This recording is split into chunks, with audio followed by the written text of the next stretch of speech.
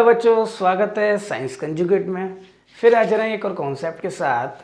तो आज हम बात करेंगे थ्योरम एक्सरसाइज 10.2 की।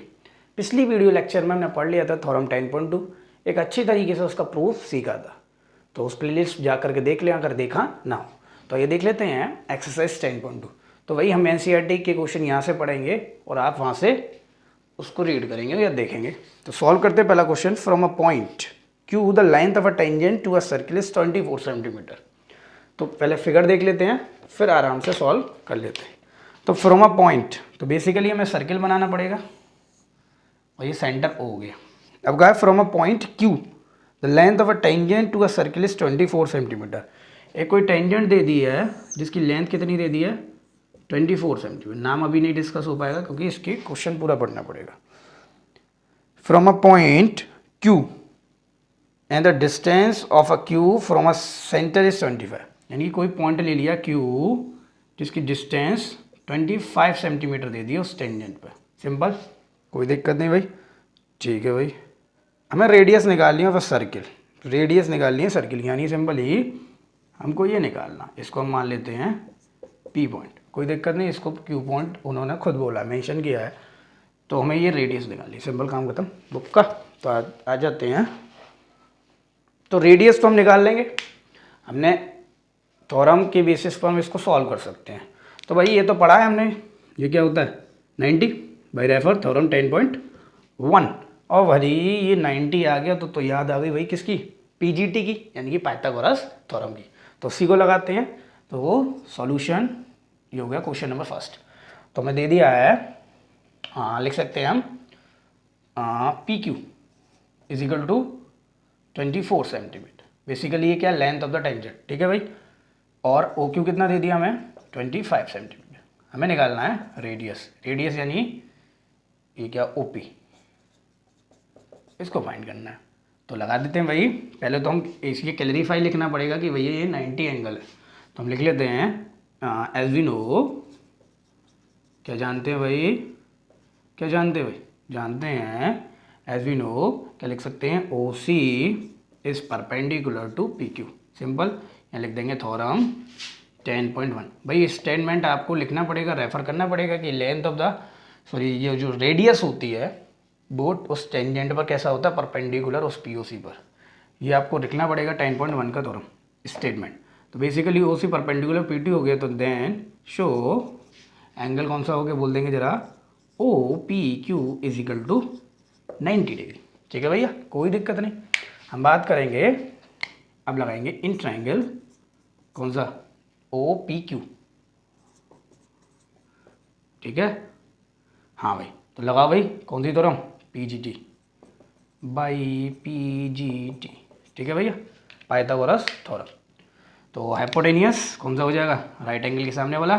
तो हो जाएगा ओ क्यू का square is equal to O Q का स्क्वायर। ओ क्यू क्यों हो जाएगा, यहाँ पी क्यू हो जाएगा भाई, प्लस ओ पी क्यू का स्क्वायर, ओ पी की का स्क्वायर, ओ पी क्यू का स्क्वायर, ओ पी क्यू। ठीक है, ओ क्यू कितनी है, O Q O Q O Q O Q 25 का स्क्वायर। सिंपली पी क्यू कितना, P Q P Q P Q, ये गया पी क्यू कितना है 24 का स्क्वायर, प्लस ओ पी तो भाई फाइंड करनी है। तो 25 का स्क्वायर 625 इज इक्वल टू 24 का स्क्वायर 576, प्लस ये कितना हो जाएगा पी क्यू, ये ओ पी ओ पी का स्क्वायर। तो भाई इसको इधर ले आते हैं 625 576, कोई दिक्कत नहीं, is equal to O P का स्क्वायर। सिंपली इसको सॉल्व करेंगे तो 49 और ओ पी का स्क्वायर यानी कि ओ पी कितना आ गया हमारा 7 सेंटीमीटर। सेंटीमीटर बात है, ये सब सेंटीमीटर है। ठीक है भाई, रेडियस आ गई हमारी 7। तो next move question number second. तो भाई क्या कह रहा है question number second, question number second कह रहा है बढ़िया भाई रीड करिए इसको, मैं जब तक इरेज कर दूँ। तो क्वेश्चन नंबर सेकंड कह रहा है वो कह रहा है इन अ फिगर 10 एक फिगर इसका दे दिया है। आप बुक में देख पा रहे होंगे। अगर मैं फिगर बनाऊं ऐसे, कुछ ऐसे दे दिया है तो फिगर दे दिया है। पहले तो फिगर बना लेते हैं। पर्टिकुलर ये एंगल ओ हो गया और ये पी और ये क्या हो गया Q, और ये दो टेंजेंट्स हो गई, ठीक है भाई, टेंजेंट T हो गई, सिंपल पॉइंट T से आ रही, टेंजेंट लेंथ हो गई, और ये दे दिया 110 डिग्री। उसने कहा है द लेंथ ऑफ, ठीक है भाई, हमें PT को निकालना, क्या निकालना, PTQ, यानी कि हमारा एंगल हो गया PTQ, यानी कि ये वाला एंगल फाइंड करना है। तो भाई ये कैसे हो जाएगा, कॉन्सेप्ट लगाओ, कॉन्सेप्ट लगाओ, पढ़ा है भैया, पढ़ा है भाई, पढ़ा है भाई, ये कैसा एंगल होता है, 90 होता है, ये वही एंगल कैसा होता है, सिंपल ही 90 होता है। अगर नहीं समझ में आ रहा है तो प्लेलिस्ट में जाइए, साइंस कंजुगेट डालिए यूट्यूब पर, और वहाँ पर होगा थ्योरम 10.1 का पूरा प्रूफ विथ कॉन्सेप्चुअल। तो कैसा हो गया 90, ये भी कैसा हो गया 90, सिंपल ये कितना हो गया 110 डिग्री। और भाई ये क्वाड्रिलेटर बनना है तो सिंपली हम इसको निकाल सकते हैं, ठीक है भाई।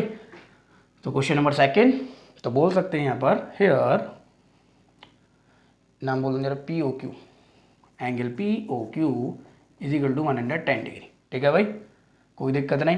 अब लिख सकते हैं, क्या लिख सकते हैं, angle OPT is equal to 90 degree, या लिख देना भाई थ्योरम 10.1।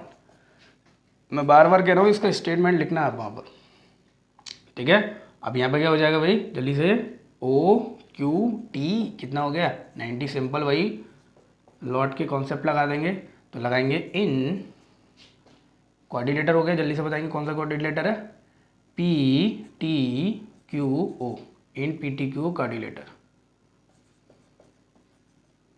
ठीक है भाई, कोई दिक्कत नहीं। तो इसके ट्राइंगल, वो इसके एंगल्स लिख लेंगे। तो पहला एंगल हो जाता है POQ प्लस एंगल हो जाएगा दूसरा OPT, सिंपल ये, पहले OPQ ले लेते हैं, फिर ये एंगल, फिर ये एंगल, फिर ये एंगल ले लेते हैं, कोई दिक्कत नहीं है, ठीक है भाई।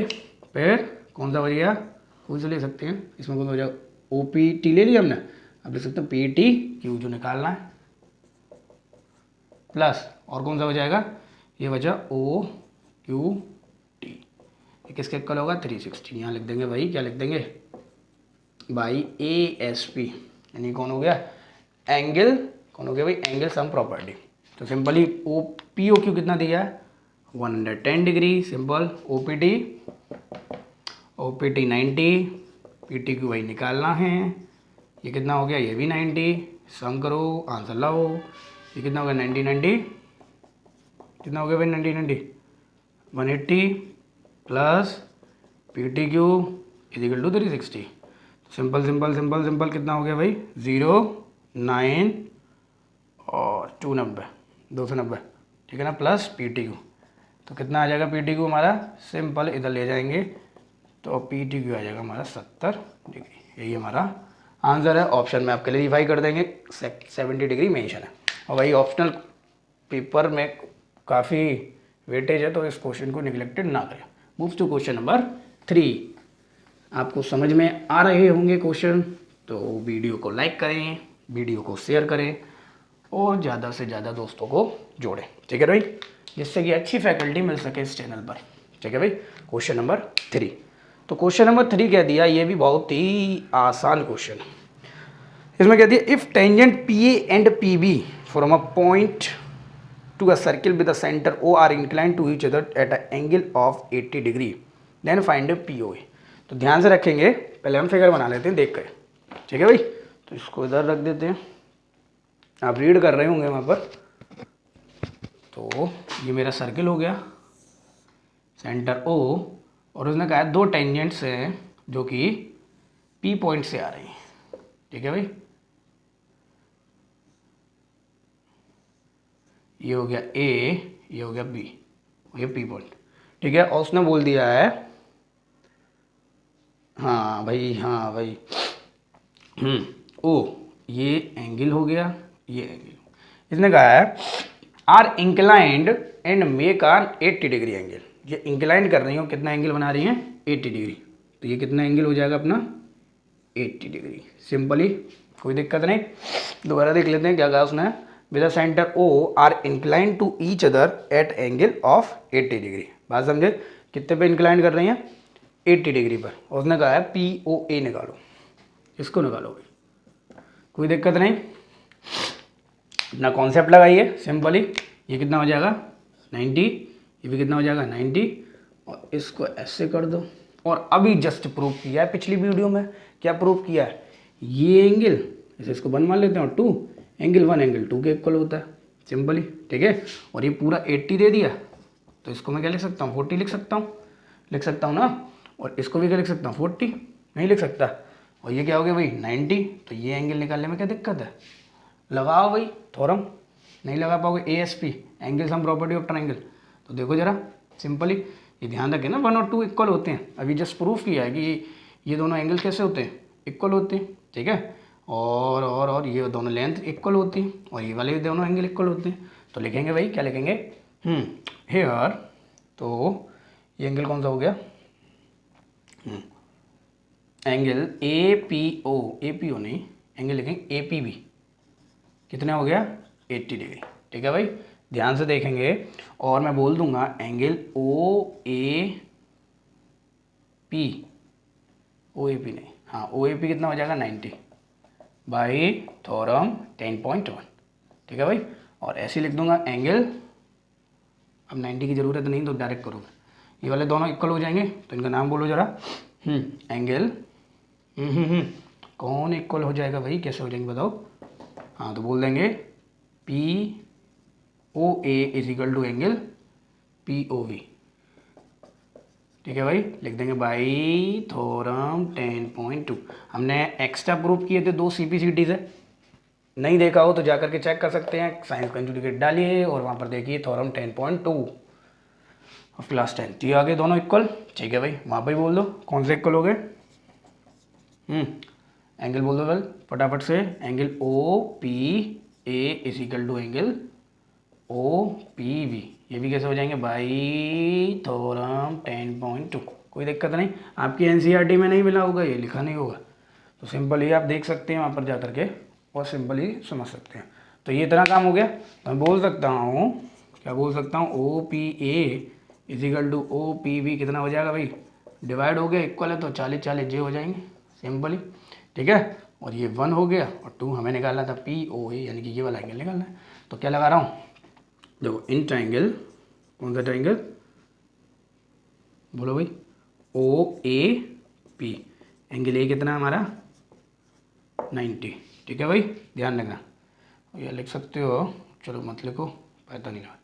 OAB कैसा हो गया भाई, तो यहाँ लगा दो angle OAP plus angle OPA plus angle AOP, ठीक है भाई, इजिकल टू 90 है। इसको POA लिख दो, इक्वल टू 180। क्या लिख देंगे भाई, एंगल सम प्रॉपर्टी। ये OAP कितना है, OAP OAP 90 है, 90 लगाओ प्लस OPA OPV के इक्वल था, सिंपली डिवाइड हो गए थे, तो ये कितना हो गया था 40 प्लस POA कितना, ये तो निकालना है भाई, इसको तो करेंगे नहीं, तो कितना होगा 180। इनको प्लस करो भाई, कितना हो गया 130 plus angle POA is equal to 180। सिंपली ये कितना हो गया भैया, कितना हो गया angle POA is equal to 50 degree. यही हमें निकालना था, ठीक है भाई। कोई दिक्कत नहीं, आप ऑप्शन है वहाँ चूज़ कर लेंगे। अब बात करेंगे क्वेश्चन नंबर 4। तो देख लेते हैं भाई, क्वेश्चन नंबर 4 आपके कॉन्सेप्ट पर है, और ये क्वेश्चन नंबर 4 मैंने पहले ही प्रूफ करा चुका हूँ एक्सरसाइज 10.1 में। कराया नहीं कराया? क्वेश्चन 4 कह रहा है, बहुत सिंपल है, और देख कह रहा है भाई, क्या कह रहा है भाई, तो ये क्वेश्चन 4 कह रहा है, prove that tangent drawn the ends of a diameter of a circle are parallel. यानी कि जो टेंजेंट्स होंगी, जैसे ही मैंने बनाया सर्किल ओ, जो टेंजेंट्स होंगी इसकी डायमीटर के एंडिंग भाई, जैसे मैंने ये डायमीटर ले लिया, सिंपली सर्किल कहाँ से जाएगा, सेंटर से, इसका AB डायमीटर ले लिया, इस पे जो टेंजेंट बनेगी, इस पे जो टेंजेंट बन रही है, ये टेंजेंट बन रही है, यानी कि जो टेंजेंट इसके डायमीटर के लेंथ पर होंगी या एक्रॉस होंगी, क्रॉस पस होंगी, तो वो दोनों आपस में कैसी होंगी, पैरेलल। यानी कि सिंपली मुझे PQR और सी को कैसा दिखाना है, पैरेलल दिखाना है। ठीक है ना, क्वेश्चन समझ गए होगे।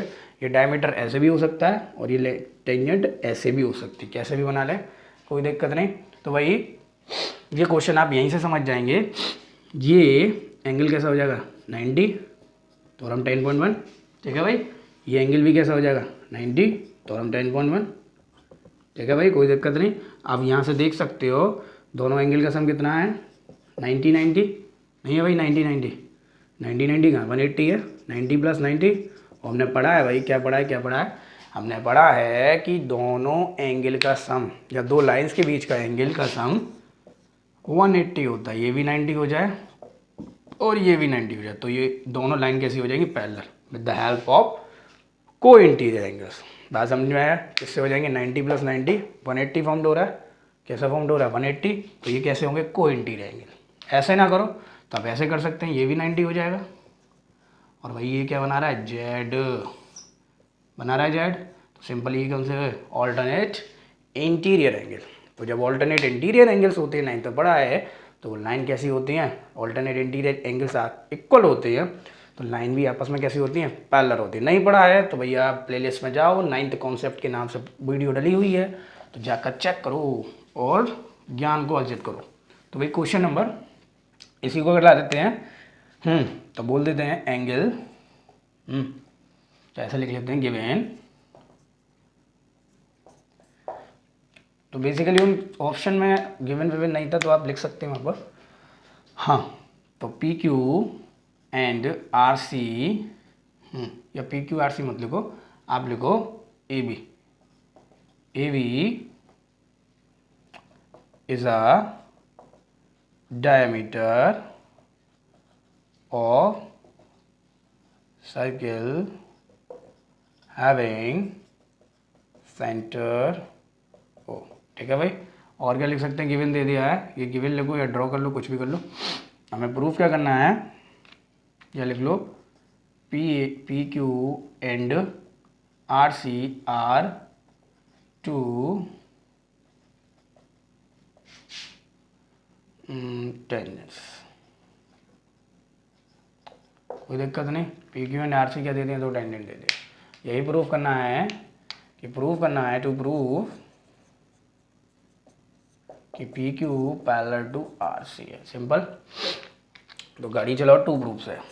ठीक है भाई, तो टू प्रूफ से तो हम बोल सकते हैं, क्या बोल सकते हैं, सिंपली आप समझ गए होंगे, तो सॉरी है, तो देख लेते हैं। Angle P A B is equal to 90 by theorem 10.1। ठीक है भाई, कोई दिक्कत नहीं है, पी ए बी 90 हो गया। और बोल सकते हैं C angle C B A is equal to कैसे हो गया, इसको बोल दो ए बी सी या सी बी ए बोल दो, कोई सी दिक्कत नहीं है। ये कितना हो जाएगा 90 बाई थ्योरम 10.1। ठीक है, स्टेटमेंट लिखेंगे। तो ये दोनों कैसे एंगल हो गए, V A V is equal to C V A, कैसे एंगल हो गए, वाई ऑल्टरनेट, पढ़ा नहीं पढ़ा भाई 9th में, वही है ऑल्टरनेट इंटीरियर एंगल्स। ठीक है, तो नाउ एक लाइन लिख देंगे, क्या लिख देंगे, दोनों इक्वल हो गए ना, तो ये ना लिखो यहाँ पर ये नहीं लिखो, यहाँ पे लिख दो hence therefore angle P A V is equal to angle C B A. ठीक है भाई, कोई दिक्कत नहीं, दोनों के एल एच एस इक्वल है तो आर एच एस अपने आप इक्वल हो जाएंगे। नाउ क्या लिख देंगे, इफ, ये लिखेंगे if between two lines have equal alternate interior angle, then the lines are parallel। कोई दिक्कत, then lines are parallel, कोई दिक्कत नहीं भैया, समझ में आ रहा होगा। अरे पैरेलल लिख दो ऐसे, कोई दिक्कत नहीं, parallel then the lines are parallel. तो हम बोल सकते हैं hence P Q parallel to R C H P hence proved. कोई दिक्कत नहीं भैया, इतनी चीज़ आपको समझ में आ गई होगी। यही करना था P Q parallel to R C. ठीक है भाई, बने रहिए। ना तो क्वेश्चन नंबर 5 क्वेश्चन कह रहा है prove that the perpendicular at the point of contact to the tangent to a circle passes the centre. यानी कि हमने थ्योरम 10.1 पढ़ी थी कि ये अगर सर्किल है और उसका सेंटर ओ है और ये कोई टेंजेंट है पी टी, वो जो ओ पी आ रहा है परपेंडिकुलर टू पी टी पढ़ा था हमने सिंपली। ठीक है ना, यानी कि वो कह रहा है कि जो परपेंडिकुलर आ रहा है वो सेंटर ओ से आ रहा है। इस में प्रूफ हमें यही करना है कि जो परपेंडिकुलर आ रहा है वो सेंटर या ओ पॉइंट से आ रहा है। ठीक है ना, सिंपली हमें ये प्रूफ करना है कि ये जो ओ पॉइंट है ये सेंटर मतलब परपेंडिकुलर डाल रहा है पी टी पर। ठीक है ना, तो देख लेते हैं कैसे करते हैं इसको। सिंपली हम पहले लिख लेते हैं गिवन, क्वेश्चन नंबर 5 गिवन। तो गिवन हो गया हमारा पहला, तो पी टी हमारी लेंथ हो गई, तो P T is the length of tangent, ये लेंथ ऑफ टेंजेंट बोल सकते हैं, of circle having centre O. ठीक है भाई, सिंपली बोल सकते हैं, कोई दिक्कत नहीं। ठीक है भाई, अब प्रूफ क्या करना था हमें कि प्रूफ ये करना है टू प्रूव कि जो ओ पॉइंट है, O is the point where OP या वेयर परपेंडिकुलर का sign perpendicular passes to the tangent length। ठीक है भाई, ये हमें प्रूव करना। तो इसमें हमें एक कंस्ट्रक्शन करना पड़ेगा। कंस्ट्रक्शन क्या करना पड़ेगा, इमेजिनरी हमें सेंटर मानना पड़ेगा Q। ठीक है ना, और उस पर ऐसे परपेंडिकुलर डलवाना पड़ेगा, यानी कि QPT में क्या मानना पड़ेगा 90।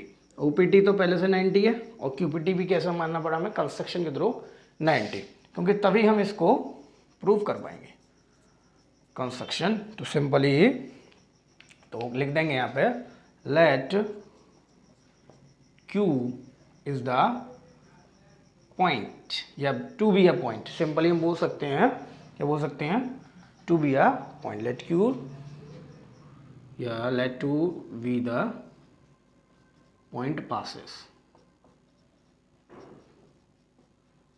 थ्रू द या टू द, ठीक है ना, टू द टेंजेंट। और जब टेंजेंट पे पड़ेगा तो सिंपली बोल देंगे QPT हमने क्या ले लिया 90, ये QPT है, हमने क्या ले लिया 90 ले लिया, सिंपल। तब करते हैं टू प्रूफ। तो टू प्रूफ में हमें लिखने हैं कि यहाँ पर y थ्योरम 10.1। अब थ्योरम 10.1 क्या बताती है, OPT जो एंगल है वो कैसा है भाई 90, सिंपल है, बता सकते हो OPT परपेंडिकुलर टू PT भाई थ्योरम 10.1। यहाँ स्टेटमेंट आप लिख सकते हैं, कोई दिक्कत नहीं है।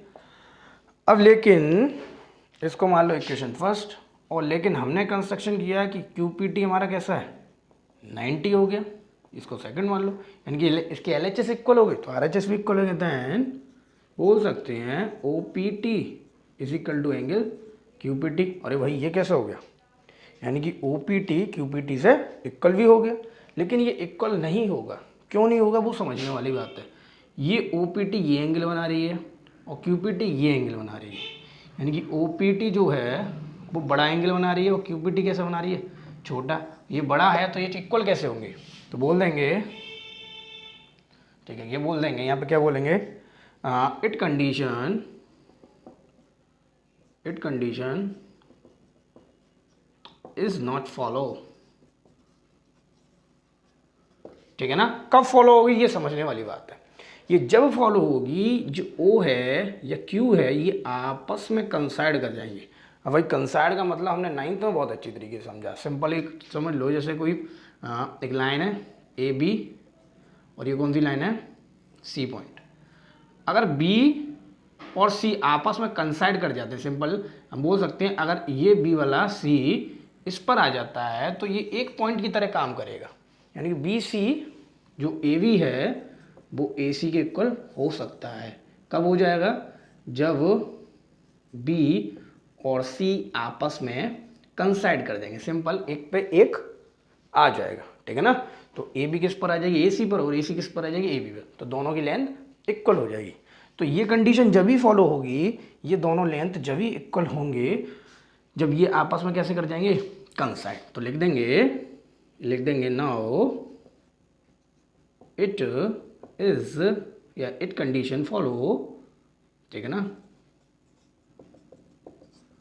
फॉलो व्हेन क्या लिखेंगे? व्हेन ओ एंड क्यू, ठीक है ना, O and Q are coincide to each other, coincides to each other. और जब कंसाइड कर जाएंगे तो बताया है ए बी किसके इक्वल हो जाए? ए बी की, ए सी की। तो हम बोल सकते हैं अदर देन, क्या बोल सकते हैं? O P is equal to Q P. Simply जब ये दोनों लेंथ आपस में आ जाएंगी तो ये एंगल भी आपस में कैसे हो जाएंगे? इक्वल हो जाएंगे। तो बोल सकते हैं O P is equal to Q P. तो देन इसको रेट कर देते हैं, कोई दिक्कत नहीं। यहाँ लिख देते हैं, कोई दिक्कत नहीं, इसको हटा देते हैं, ठीक है भाई। तो ये लिख देते हैं यहाँ जो यस वाली बॉक्स पे, कोई दिक्कत नहीं उस जगह। तो क्यू पी टी इक्वल होगा O P is equal to Q P हो गया। देन बोल सकते हैं क्यू पी, ये वाला condition, O P T is equal to Q P T, ठीक है भाई। ये दोनों आपस में इक्वल हो गए। लेकिन हमारा तो प्रूफ था नहीं है, हमारा प्रूफ ये था कि O is a point where the perpendicular passes to the tangent length, ठीक है ना। तो यहाँ पर हमने 2 पॉइंट लेकर के ये शो कर दिया कि ओ और क्यू आपस में कंसाइड हो गए, यानी कि ओनली ऑन एक ही पॉइंट है जो कि सेंटर है, जो ओ पी पर परपेंडिकुलर होगा, ठीक है ना, ओ पी पर परपेंडिकुलर होगा पी टी पर, ठीक है ना।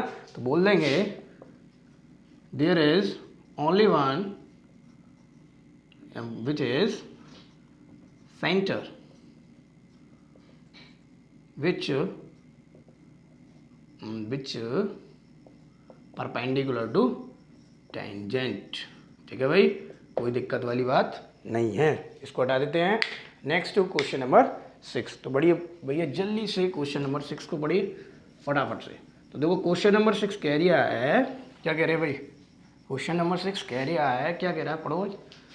हाँ, तो क्वेश्चन नंबर 6 कह रहा है the length of a tangent from a point A at a distance 5 centimetre from the centre of a circle force is 4 centimetre, find the radius of a circle, ठीक है भाई। तो सिंपल तरीके से ये एक सर्किल का डायग्राम देखिए। ये ओ हो गया सेंटर, ये इसकी टेंजेंट हो गई कोई ए पॉइंट यहाँ पर है, बी मान लेते इसको, ये परपेंडिकुलर, सिंपल तरीके से डायग्राम। लेकिन उसने कहा the length of a tangent, ठीक है ना, ये एक पॉइंट ले लिया ए जिसकी सेंटर से डिस्टेंस कितनी है? 5 सेंटीमीटर, ठीक है। और उसने ये भी बोल दिया the tangent length is 4 centimetre, ये निकालना है, रेडियस निकालनी। तो भाई कोई दिक्कत वाली बात नहीं है। आप पे आया है भाई ये परपेंडिकुलर, और जब परपेंडिकुलर होता है तो किसकी याद आ गई? P G T. सिंपल लगाओ पाइथागोरस थ्योरम, कोई दिक्कत नहीं, ये चीज़ समझ गए होगे। तो लिख देते हैं क्वेश्चन नंबर 6 गिवन। तो गिवन हो गया O A is equal to 5 centimetre और A V is equal to 4 centimetre, ठीक है भैया। कोई अब लगा दो, अब निकालना क्या है? रेडियस निकालनी, सिंपल लगा दो in triangle O B A, ठीक है ना। यहाँ लिख देते हैं, चलो ठीक। तो लिख देंगे यहाँ पे, ये भी लिख देना O P O V perpendicular to A B. कौन सी थ्योरम से? थ्योरम 10.1। जाकर ना देखी हो तो जाइए प्लेलिस्ट में और वहाँ पर डालिए साइंस कंजुगेट थ्योरम 10.1 या एक इंट्रोडक्शन टू सर्किल के नाम से पढ़ी हुई वीडियो, जा करके चेक करिए और पढ़िए। तो सिंपल बोल सकते हैं ओ ए का square is equal to O B का स्क्वायर प्लस बी ए का स्क्वायर। यहाँ बोल देना by P G T, Pythagoras theorem, तो ओ ए का स्क्वायर दिया है 5, वैल्यूज लगा दीजिए बस। ओ बी तो भाई हमें रेडियस है निकालनी है, बी ए कितना दे दिया है 4 का स्क्वायर, 5 कितना 25 आर स्क्वायर प्लस 16, ये इधर आ गया। Then R square is equal to 25 minus 16 यानी कि कितना हो गया भाई 9। देन इस पर रूट आ गया तो हो गया 3 सेंटीमीटर, यानी कि रेडियस हमारी कितनी हो गई 3 सेंटीमीटर। ठीक है भाई, इसी के साथ ये क्वेश्चन खत्म। क्वेश्चन नंबर 7 देखिए भाई, 7 क्या कह रहा है, 7 भी 7 7 7। तो क्वेश्चन नंबर 7 कह रहा है 2 कंसेंट्रिक सर्किल। भैया ये अच्छा क्वेश्चन है और एमसीक्यू में आता भी है। 2 concentric circle are of radius 5 centimetre and 3 centimetre. Find the length of the कोड of a larger circle which touch the smaller circle. Simple है, कोई दिक्कत नहीं। 2 कंसेंट्रिक सर्किल, भैया 2 कंसेंट्रिक सर्किल हमने पढ़ी। तो कंसेंट्रिक सर्किल वो होते हैं जिनके सेंटर सेम होते हैं। कौन होते हैं, जिनके सेंटर सेम होते हैं। जैसे एक सेंटर, एक सर्किल है छोटा वाला ओ मतलब सेंटर, और एक और मैंने क्या बना दिया सेंटर बना दिया, या इसको रफ कर देते हैं, रफली कर लेते हैं। तो सिंपली बोल सकते हैं ये हमारा क्या हो गया सेंटर हो गया,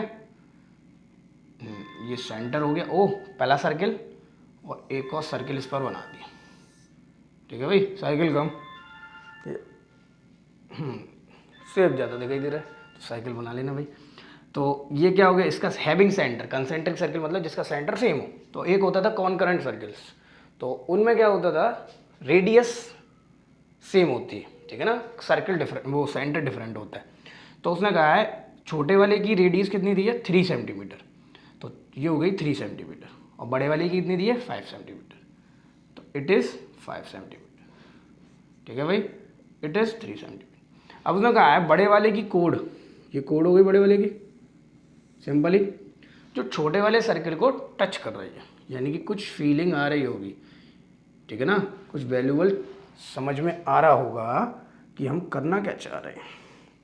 करना चाह रहे हैं कि यहाँ पर 2 कंसेंट्रिक सर्किल दे दिए, रेडियस 3 सेंटीमीटर, ओ ए कितना हो गया 5 सेंटीमीटर पहली रेडियस।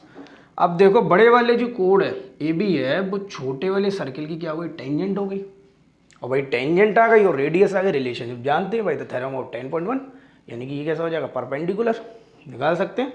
तो ये भाई जब परपेंडिकुलर हो जाएगा तो देर किस बात की, और ये परपेंडिकुलर हो रहा है सिंपली, तो ये कितना, हम इसको ए पी निकाल सकते हैं। अब ए पी से ए बी तो निकल नहीं सकती, निकल सकती है, ध्यान से समझो।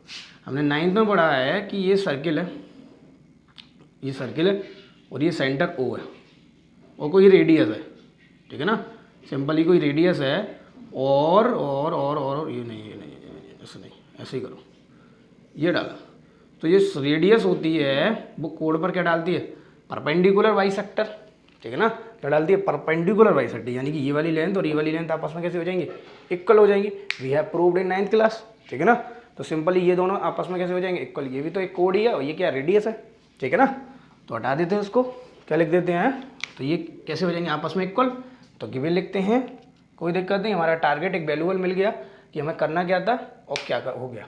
तो गिवन, तो क्या लिख देंगे यहाँ पर, तो ये लिख देंगे बेटा, तो लिख लेते हैं, पहले लिख लेते हैं 2 कंसेंट्रिक, ऐसे लिखेंगे 2 कंसेंट्रिक सर्किल या 2 सर्कल्स हैविंग सेंटर ओ, ठीक है ना। एक और गिवन हो जाएगा कि ए B is the tangent and कोड of tangent and code, tangent A B के लिए, ए बी क्या है कोड है बड़े वाले के लिए, लेकिन छोटे वाले के लिए क्या है टेंजेंट है, तो A B is the tangent and कोड of largest circle, sorry largest to smaller circle and larger circle, ठीक है भाई,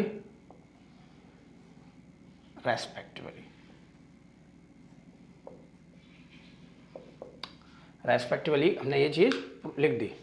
तो गिवन से क्या होता है, एक आप स्टेप वाइज करते जाते तो स्टेप वाइज में आप नहीं दिक्कत देंगे। तो बस एक और चीज़ लिख दें यहाँ गिवन में, ये लिख दें कि जो R1 हो गई, ये R1 को बोल सकते हैं या OP हो गई इजिकल टू R1 3 सेंटीमीटर हो गई, और OA कितनी हो गई R2 यानी कि 3 सेंटीमीटर, ये भी 5 सॉरी ये कितना हो गया 5 सेंटीमीटर, सेंटीमीटर यूनिट्स का ध्यान रखें। तो यहाँ लिख सकते हैं टू प्रूफ या टू फाइंड करना, तो टू फाइंड लिख देते हैं।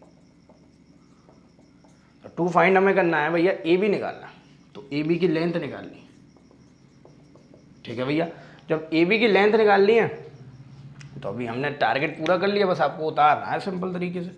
तो टू प्रूफ, तो भाई लगाओ भाई लगाओ, थ्योरम कौन सी लगाओ 10.1, तो भाई थ्योरम 10.1 क्या कहेगी कि OP परपेंडिकुलर टू AB, ठीक है भाई, लिख देना OP perpendicular to AB show. तो यहाँ पहले इस ट्राइंगल को, इस ट्राइंगल से आप क्या निकाल लो, इसको निकाल लो AP को, ठीक है ना। तो लिख देंगे शो इन ट्राइंगल कौन सा भाई OPA, तो लगा दो भाई कौन बाई PGT पाइथागोरस थ्योरम, ठीक है ना। OA का स्क्वायर इजिकल टू OP का स्क्वायर प्लस PA का स्क्वायर, OA कितना OA तो कितना है 5 का स्क्वायर इजिकल टू OP 3 का स्क्वायर प्लस PA, ठीक है। यहाँ लिख देना 25 9 प्लस PA का स्क्वायर, सिंपल। तो कितना हो जाएगा यहाँ से सॉल्व करेंगे तो 16 इजिकल टू PA का स्क्वायर, तो हो जाएगा PA अपना 4 सेंटीमीटर। अब भाई 4 सेंटीमीटर आ गया तो बस एक छोटी सी लाइन लिखनी है और हमारा क्वेश्चन समाप्त की ओर। तो हम लिख देंगे यहाँ पर since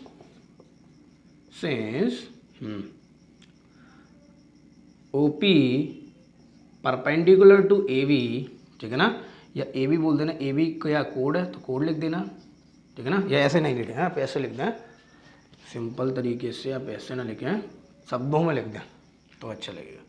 since OP bisect the code AB, जो OP है वो इस कोड को बाइसेक्ट करेगी, ठीक है ना। तो सिंपल बोल देंगे AP is equal to PB या BP, ठीक है भाई, AP is equal to BP, तो लगा दो भाई AB is equal to AB plus BP, AP कितनी हो गई भाई AP हो गई, ठीक है ना। इसको हटा देते हैं, ठीक है भाई। तो ये वाला यहाँ लिख देते, तो AP इजिकल टू कितना होगा, AB इजिकल टू ये वाला यहाँ, तो AP इजिकल टू कितना हो गया 2AP, और AP की तो वैल्यू है भाई कितनी है 2 × 4, यानी कि AB कितना हो गया हमारा 8 सेंटीमीटर AB आ गई, यानी टेंजेंट की लेंथ कितनी हो गई 8 सेंटीमीटर। लेकिन बड़े वाले लार्जेस्ट कोड की लेंथ, बड़ा वाला लार्जेस्ट है उसके लिए कोड है, तो उसकी लेंथ कितनी हो गई 8, लेकिन हमें निकालना था टेंजेंट, तो टेंजेंट की लेंथ हो गई। Next to move question number 7। समझ में आ रहा हो तो वीडियो को करो लाइक, चैनल को करो सब्सक्राइब, और जितना हो सके इसको करो शेयर, तो यहाँ मिलेगा आपको सारा ज्ञान फ्री में। तो next to move question number 8। तो आइए देख लेते हैं क्वेश्चन नंबर 8। तो क्वेश्चन नंबर 8 कह रहा है कि ABCD एक क्वाड्रिलेटर है जिसने सर्किल को सर्कमस्क्राइबिंग कर दिया। अब सर्कमस्क्राइबिंग का मतलब होता है सर्किल को चारों तरफ से क्या कर लिया, उसने घेर लिया एट अ गिवन पॉइंट्स दिए गए, ठीक है ना। हमें प्रूफ करना है, आप NCERT देख पा रहे होंगे कि हमें प्रूफ करना है AB plus CD is equal to AD plus BC, ये हमें प्रूफ करना है, ठीक है भाई। तो हमें एक इसमें कॉन्सेप्चुअल या वैल्यूबल टारगेट लाना है, ठीक है ना, क्योंकि टारगेट के बिना ही क्वेश्चन सॉल्व हो ही गई नहीं, ठीक है ना। बेसिकली आप यहाँ देख पा रहे होंगे कि AD और AS क्या है, दो टेंजेंट होंगी सर्किल की जो कि एक पॉइंट से पास हो रही है D और S से, ठीक है ना। तो हमने पढ़ा है थ्योरम 10.2 में, ठीक है ना, स्टेटमेंट हमने पढ़ाया था कि the length of a tangent from a external point are equal, यानी कि ये दो लेंथ हो गई AS और AD, किससे हो गई एक्सटर्नल पॉइंट A से, ये आपस में कैसी होंगी इक्वल होंगी नहीं होंगी। ऐसी ये वाली इसके इक्वल हो जाएगी, ऐसी ये वाली इसके इक्वल हो जाएगी, और सी ये वाली इसके इक्वल हो जाएगी, और हमारा प्रूफ आ जाएगा। यानी कि हमें टारगेट की तरफ बढ़े और हमने उसको पा लिया। देख लेते हैं, आइए इसका गिवन। तो गिवन हो जाएगा ABCD is a quadrilateral, simple. तो लिख देंगे भाई ABCD इज अ क्वाड्रिलेटर।